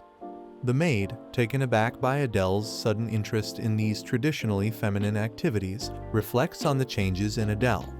She recalls the days when Adele's sole focus was on perfecting her swordsmanship, a time when her determination and single-mindedness were her defining traits. As the conversation continues, the maid brings up the topic of marriage, a subject that elicits a strong reaction from Adele. She adamantly opposes the idea of her maid getting married, displaying a childlike possessiveness. The maid, amused by Adele's reaction, gently teases her, but then her thoughts drift to the future and the qualities that Adele's future husband must possess. She ponders whether Adele's suitor could be a childhood friend from home, someone who could meet the high standards required for someone of Adele's stature. In her musings, the maid outlines the attributes of an ideal partner for Adele, someone who is highly respected, with good looks, a pleasing personality, and education, skilled in both martial and civil arts, and wise. Only such a noble person from the central aristocracy, she concludes, would be suitable to marry her. Adele, with a serene yet thoughtful demeanor, contemplates her relationship with His Highness. At the same time, the prince is deeply engrossed in investigating the mysterious circumstances surrounding Adele. Despite his efforts, he finds no information on why her admission to the academy was cancelled or the unusual aura surrounding her. This lack of information suggests to him that the details are being deliberately hidden in Esther. His inquiry also touches upon a troubling incident at the temple, which remains unresolved. According to Priest Jinol's testimony, it seems unlikely that Adele is the culprit. However, the prince is aware that rumors and public sentiment could soon turn against her, especially given the significant issue of the Holy Sword's disappearance. Prince is delving into a thorough investigation of Adele due to several alarming events linked to her. He has gathered his closest advisors and agents to scrutinize every detail related to her actions, especially since the mysterious disappearance of the Holy Sword and the subsequent turmoil it caused. Prince is aware that Adele is cognizant of his suspicions. The prince's investigation encompasses not only the recent incidents, but also her past, affiliations, and any potential connections to adversaries within the kingdom. Despite the thoroughness of his inquiry, he struggles with the possibility of her innocence. He contemplates the strategic advantage of having someone like Adele on his side, should she be exonerated. Her skills and potential loyalty could be pivotal in maintaining the balance of power and keeping threats like Fraer in check. However, the damage inflicted by her potential betrayal weighs heavily on the prince's mind. He hopes for a resolution where his doubts are cleared, whether it confirms Adele's innocence or guilt. The next day, Adele requests to go out and buy a dress for a tea party. Her father firmly denies her initial request. Despite her insistence and comparisons to their father, who went to the battlefield at her age, Adele ensures that she is well guarded by volunteering to accompany her himself. In the market, a vendor doubts the sale of old souvenirs, noting the absence of the emperor and crown prince at the last festival. A girl dangerously questions if the emperor is still alive. Vendor expresses their hope that Duke Fraer becomes the next emperor. The vendor, surprised, confirms this sentiment and shares that he even shook hands with them during his last inspection visit. The vendor eagerly hopes for good sales, perhaps boosted by this connection. Meanwhile, girl thinking about how the people view the royal family. They recall that in the past, it was taken for granted that Axedom would inherit the throne. Now they see someone pretending to care about the people, but it's just a cunning act. A building on fire shows chaos and destruction. It talks about a man who only cared about his own benefits, hurting the empire with war and gambling. The character thinks about how hard it is to change people's fixed opinions and feels hopeless about the situation. In a store, a group of characters begins their shopping trip by looking at dresses. One girl excitedly tries on various dresses, seeking approval and enjoying the process. They find one dress particularly comfortable and express satisfaction. A man decides to buy all the outfits the girl tried on. Man need multiple outfits for her to wear on social events. Servant mentions she only wearing uniforms since their family went bankrupt. That's why she has no idea, and she reassures the girl that a dress looks perfect on her, boosting their confidence. The girl agrees to wear the comfortable dress as it is. The girl asks their brother what he is looking at. Her brother expresses his excitement about the various suits in the store, suggesting that many of them would suit the young girl well. He even humorously considers buying the entire shop and wants to hire the designer exclusively. They discover accessories displayed upstairs, and they are eager to see them quickly. They joke about whether they've run out of money, with the man reassuring that his personal funds can cover the expenses. A scene unfolds where another girl is determined to buy a specific hairpin despite being advised otherwise. The man is impressed by the young girl's name Adele and asks her where she learned to speak so well. Adele explains that she learned to speak in a noble manner from her friends. Adele reflects on his past, where she had to stand in front of citizens and condemn the royal family, playing the role of a noble hero. Adele, with a cheerful smile, reassures him that as long as no one is hurt, everything is fine, and they continue their way upstairs. Finally, the man tells Adele that she looked very knightly, to which she responds with embarrassment. In another scene where a maid asking the girl if she is hurt, and the girl, whose name is Olivia, curious, and asks about the identity of the person who caught her attention earlier. Adelia Esther is walking with her brother when Olivia and her maid notice her distinctive silver hair and red eyes. They recognize her as Adelia Esther from the Duke Esther family. Despite rumors of her being rough and focused only on swords, both are surprised to see her kind and helpful side. They acknowledge that she saved them from a big disaster, showing a different side of her than what they expected. A delicious meal is served on the table. A man urges a person of high status to eat, reassuring them not to worry and tell them the importance of eating since they haven't eaten anything at the palace and have been starving since yesterday. He is on their deep mistrust, even towards a maid who had tried to poison them. Despite the hesitation, the man insists on eating, assuring that he has checked everything to ensure it's safe. The person reluctantly tries the food and admits it tastes good. The Esther siblings are seen walking together, ready to discuss something important. A man called Aston is informed that there are younger members of the Esther family outside, including aristocrats and knights. Aston seems surprised and then excitedly runs towards them, calling out to Esther.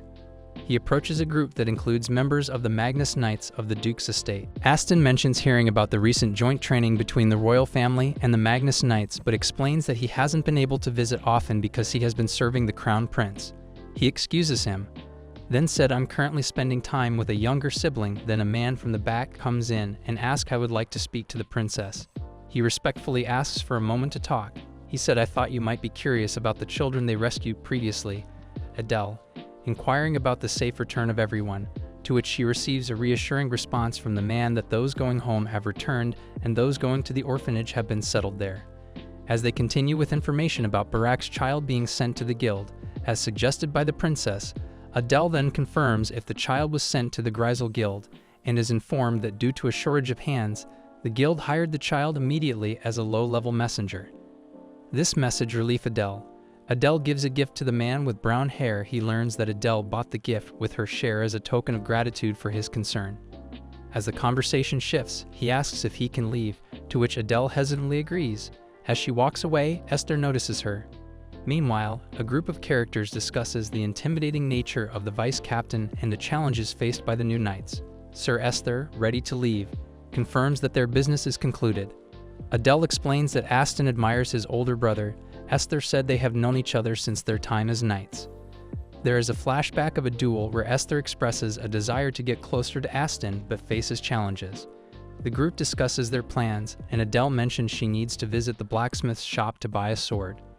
They find the shop closed, then Esther suggests another place, but Adele insists on staying. She calls out to the residents, urging them to welcome the guests. Esther trying to stop her, but we didn't listen to him. Then Esther tries to call out but get no answer. Esther suggests breaking in, which makes Adele uneasy. Eventually, they meet Norbert Hiltpeach, who is the descendant of the blacksmith who made the ancient holy sword relics. Norbert is the only blacksmith in the Rosian Empire who can handle these special relics. Adele and Esther are in the blacksmith's workshop with Norbert. Norbert pours himself a drink, which makes Adele wonder if it's alcohol. Esther interrupts to clarify that the man's name is Norbert. She remembers Norbert from 20 years ago and realizes he is not a subordinate of Axidum. She recalls that in her previous life, she had met Norbert when he went into the forest after dealing with his dying daughter's affairs. Seeing Norbert still working in the smithy, Esther concludes that his daughter must still be alive.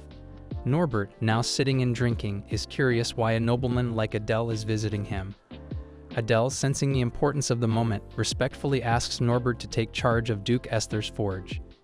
Adele talks about the high quality of the weapons in the blacksmith's shop, noting their perfection despite being dusty. She compares them to the swords supplied to the palace, implying they are just as good. However, she hesitates to make decisions without consulting her father. Adele asks his brother if she is not allowed to have what she wants, her brother asking who said she couldn't have what she desires. The blacksmith firmly states he has no intention of accepting their proposal and questions what they are talking about. He explains that something more important than hammering concerns him right now. He insists that no matter what conditions are mentioned, his answer will remain the same and asks them to leave. Adele calls him Sir Norbert with a hope. Then a young girl, Norbert's daughter, appears and calls him. Norbert is startled and rushes to her, concerned about why she came outside. He quickly urges her to go back inside. Norbert is deeply concerned about his bleeding daughter Diona. Adele senses a powerful divine presence in the child. Despite seeking help from numerous doctors and trying various treatments, nothing has improved her condition. Even attempts at magical remedies have failed. Norbert feels hopeless and mentions that the temple, which only helps those who donate, has not been an option. Norbert contemplates Adele's offer to help cure his child's illness. Adele proposes that Norbert join the Duke's household in exchange for healing his child. Norbert is not sure but listens as Adele assures him that his child will recover and that he can decide later. She extends her hand, asking if he would like to make a deal, which Norbert considers as his last chance to save his daughter. At Rose Hill Manor, a tea party is taking place. Viola recognizes the tea being served as originating from the Fraer continent. Carolina confirms this, explaining that despite import blocks, she managed to acquire the tea for the monthly tea party. Viola offers to help with the preparations for the event. During their conversation, they mention that Princess Esther is invited to the tea party. Viola recalls Esther as the younger sister who often causes trouble between Duke Derek and Carolina. Carolina confirms this. Viola asks why you would provoke a problem. Carolina clarifies that Esther has changed and suggests that the guest might be surprised by her behavior now. Carolina shares that her father gave her a horse as a gift, but she has no interest in horseback riding. Viola proposes making a bet with the horse as the prize at the tea party, suggesting that it would be more exciting than simply chatting and drinking tea. Carolina agrees but need to maintain the party's atmosphere and ensure no one gets hurt. Viola assures Carolina. Meanwhile, another conversation takes place in a grand room. A man, seemingly a doctor, inquires about the treatment of a girl who is shown being cared for by a worried group. Esther mentions the exceptional skills of an unrenowned individual, suggesting his father would be impressed by his sword. However, the father dismisses it as an ordinary iron sword. Adele to her father, but still we can't bring unreliable people in their family, with an underlying concern about maintaining their strength and talent, especially against a rival, Axidum. They reveals that Axidum's success in the war, aided by Norbert's weaponry beside that Adele, implores her father to permit the treatment of a young girl at the temple. Her father, initially hesitant, questions why Adele is so determined to help the child. Adele reveals that she sees herself in the child. Acknowledging Adele's request, he addresses Norbert Hiltpeach, the child's father, who confirms his identity. The father then consults Reynold about the child's condition. Reynold, visibly perplexed, admits he cannot figure out why the child's health has not improved despite the administered medicine. Adele reassures Reynold, indicating it is understandable not to know the cause. The rarity and potent healing power of divine intervention, suggesting that the child requires the aid of a priest for proper healing and crucial role of divine power in the child's recovery. Two people discuss why the disease was considered incurable for so long that its treatment is so simple. One man explains that most sufferers were commoners and it was a commoner who discovered the cure. The father decides that taking the girl to the temple should be enough, but offers that she can stay there while receiving treatment, acknowledging Norbert's hardships. Adele then insists on going to the temple as well. Her father points out the risks associated with going to the temple, including the potential revelation of the Holy Sword. Adele acknowledges this risk but states that they cannot keep it hidden forever. Adele asks if there is a spare sword available, causing confusion among the others. Esther misunderstands her question, thinking she intends to harm the priests, which she quickly clarifies is not her intention. Adele then mentions a legend about the Holy Sword's ability to replicate itself. So can I do it? She confidently states that she can accomplish the task. The sword should be made from rare minerals like atamium or planitra to avoid raising suspicion, even if it looks the same as the original. The father presenting a fake holy sword to the temple. Realizing the need for a powerful object to deceive the temple, suggests using a sword made from a dragon's tooth. He explains that although it doesn't compare to the true holy sword, it should have a similar aura, which might be enough to trick the temple authorities. Adele determined to take on responsibility despite her initial hesitation. The father then tells her that if anything goes wrong, she should consider it as him passing down his sword to her. She thanks her father for entrusting her with such a precious sword. Adele confidently asserts that even the high priest won't notice the difference. Then her father declares that everything is ready, and they prepare to leave, with Adele affirming she is ready. Meanwhile, a group of hooded figures arrives at a locked door, confused as it was open until the previous day. They inform her, who explains that people were going in and out that made a lot of noise while cleaning up. He questions if the child finally died. The hooded figure dismisses the idea, saying the child's condition remains the same, and they were told she would be treated soon. The hooded figure then offers the man a bag of money, instructing him to inform them when the blacksmith appears again. The man agrees. Then one of the hooded figures, when asked about the treatment, states that it's impossible, revealing a sinister smile and declaring there is no cure for the child's condition. The king is in critical condition, coughing up blood, and the time for him to regain consciousness is increasing. He is worried as they only have one leaf of a crucial ingredient left. The imperial decree to keep the poison a secret complicates their situation. Signal mentions that his brother, who has extensive knowledge about poisons, wants to return home. He recalls that his brother once made a perfect antidote with just one leaf. Signal questions his companion about the delayed information. His companion explains he was instructed to keep it a secret, leading to a heated discussion about the urgency of the matter. They mention an imperial physician named Felsen, who shows no interest in the position. A child lies in bed. The high priest comments on the sudden involvement of Adele's father and examines the child, suggesting the condition is more complex than it appears. The high priest acknowledges the child's immense divine power, but hints that the true cause might be different. He suggests moving to another room to discuss the matter privately, revealing the holy sword was retrieved after smugglers stole it, causing a misunderstanding. The high priest thanks them for preserving the temple's honor. Returning to the child's condition, they discuss ensuring her recovery and discover she has been poisoned over a long period, shocking everyone. Adele asks if the temple can remove the poison. High priest says they won't know until they try. If the child has been taking poison for a long time, they will need an antidote. The high priest says they will identify the poison and send a letter if they need an antidote. The father suggests Jarek and Adelia take a walk while the high priest is spoken to. The high priest tells them to take their time. The father questions the high priest about their plans, to which he explains that the girl seems to have become the owner of the holy sword.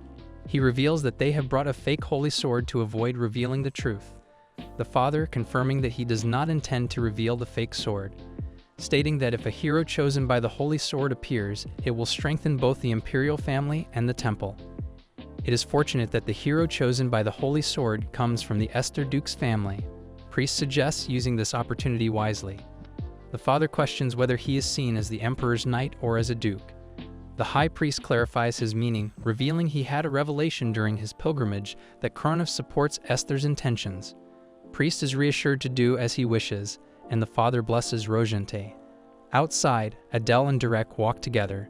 Derek asks Adele what she's thinking about, and she responds that she is worried because they said the girl was poisoned. Derek recalls that Norbert tried many medicines, some of which might have caused harm if they weren't suitable or were mixed incorrectly. Adele hopes that divine power can resolve the issue, and Derek agrees. They then talk about finding Felsen, whose whereabouts are unknown, to feel more secure. As they continue their walk, they encounter the Grand Duke Fraer, who recognizes Derek and Adelia. The Grand Duke greets them and suggests they have a meal together instead of standing around. The Duke refuses an invitation to dine together, focusing on his companions instead. Adele said, "Won't you introduce them to me?" Adelia Esther introduces herself to a man who responds, thinking the situation might become awkward. Adelia then greets the man formally, referring to him as Your Excellency, the Grand Duke. A conversation ensues where Adelia acknowledges knowing that the man is an aura user. She reveals she has contained all aura in an aura cube, making it seem like her brother's aura. The man acknowledges meeting the little star of Esther and mentions hearing a lot about her. Adelia internally feels mocked by the man's comment. The story shifts to a flashback, revealing that Axidum, once hailed as the hero of the Empire, suffered a defeat in the Snowburn War and was taken prisoner. Theos Esther is credited with reclaiming lost land and rescuing Axidum, becoming a new hero in the process. The scene returns to the present, where Axidum, now in a different demeanor, is addressed by Derek. Adelia invites the man to join their family meal, but he declines, not wanting to intrude on their family time. Adelia expresses disappointment, wanting to hear more heroic tales, and requests the man to make time for it next time. Derek comments on Adelia's boldness, pointing out she can't talk back to their father but picks fights otherwise. Feeling refreshed, Grand Duke walks through Adele discussions about Diana's divine power take place. Her body was strained by the divine power, and it is hinted she was poisoned, though it's better left unsaved. Norbert is filled with guilt, but Adele reassures him, stating Diana knows he's doing his best. A high priest's comment reveals it was a miracle Diana survived this long. Norbert, grateful for Adele's support, vows to repay her kindness. Adele mentions their father's extended stay in the capital, and Derek expresses concerns about the unstable border and his responsibilities with the knights, along with worries about leaving Adele alone. Adele, reflecting on how it used to be normal for her father and brother to be on the battlefield, but now she feels empty even when they leave for a short while. She asks her brother if he will return soon. Her brother reassures her, saying she is brave and has plenty to do on her own. Later, Adele is seen training with a sword against another character, who comments on her predictable strikes. The instructor, Sir Cliff, praises Adele's technique and encourages her, noting she will improve with muscle gain. Adele questions if this is a tease, to which Sir Cliff responds that it is encouragement. Instructor acknowledges her efforts and praises her as a genius, recognizing her as the youngest top graduate of the academy. The training session is then concluded, with compliments given to all participants.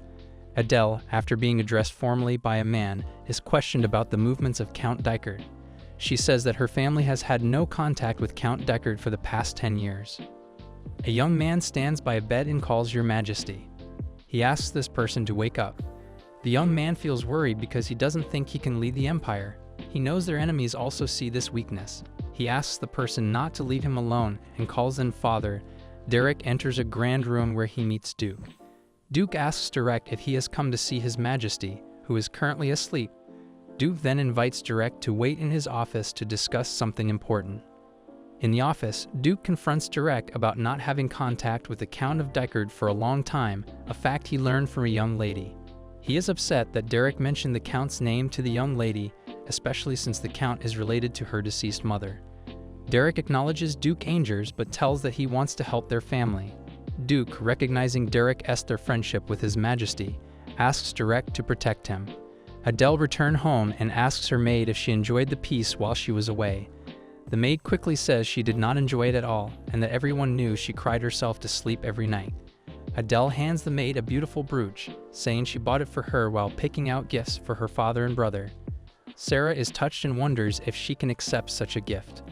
Adele her, saying she thinks of her as an older sister. Sarah gets emotional and the girl comforts her, saying she didn't mean to make her cry. Sarah asks if her father and brother will like their gifts, and Adele tells her they will. Just then, someone informs Adele that the Derek is calling for her. She quickly decides to go while the Sarah wishes her good luck. Later, Esther is summoned to a room where the Derek and the Crown Prince are present. She is puzzled by their presence and wonders if something is wrong.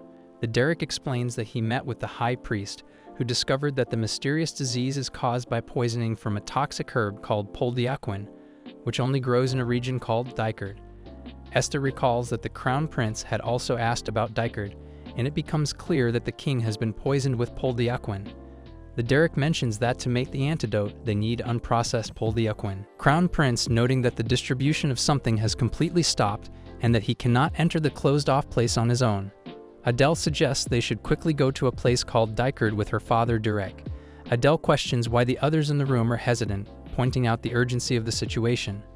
Derek responds solemnly, stating that they cannot go, leading Adele to ask for clarification. Derek explains to Adele that their grandfather, the Lord of the Count's territory, has issued a ban on entry for their house, leaving Adele shocked and exclaiming in disbelief. Derek speculates whether their grandfather blames Esther for their mother's death, as the timing of the cutoff matches perfectly. Adele determines that if that is the case, she will go herself. Derek suggests it's worth trying because Adele has distinct silver hair that symbolizes Dykard.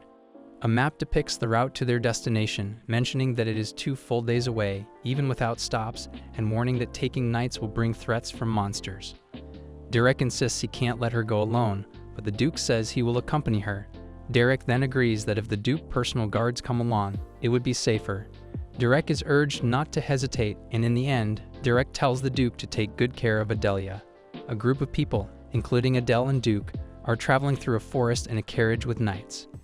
Adele is excited about the trip. Inside the carriage, Duke tells Adele to keep her voice down, but she complains about always being told to be quiet. She remembers having to be quiet even at home and wishes she could speak freely. She accidentally raises her voice again, and Duke reminds her that the Crown Prince is in front of her. Realizing her mistake, she quickly apologizes. Adele insists she's not uncomfortable and takes out a jar of pudding she brought along. She happily offers some to Duke, who is surprised and asks when she prepared it. Adele explains she took it when her father was packing wine as gifts. Duke, still curious, takes the pudding, and Adele encourages him to try it. Adele, holding a pudding jar, Duke admits he doesn't like it, but then Adele mentions that her father and brother eventually did. Duke looks uncertain about trying it. Esther, who is eating in the background, prompts Adele to explain that it's a magical pudding that even people who don't like sweets can't resist. Duke says he can't eat anything if he haven't seen the cooking process Adele eat in front of him, and says it's delicious. Then Duke, holding a jar, looks at Adele and tells her that she is unique. Adele, surprised, asks what he means by that. Duke clarifies that it's a compliment. He then proceeds to taste the pudding, still hesitant.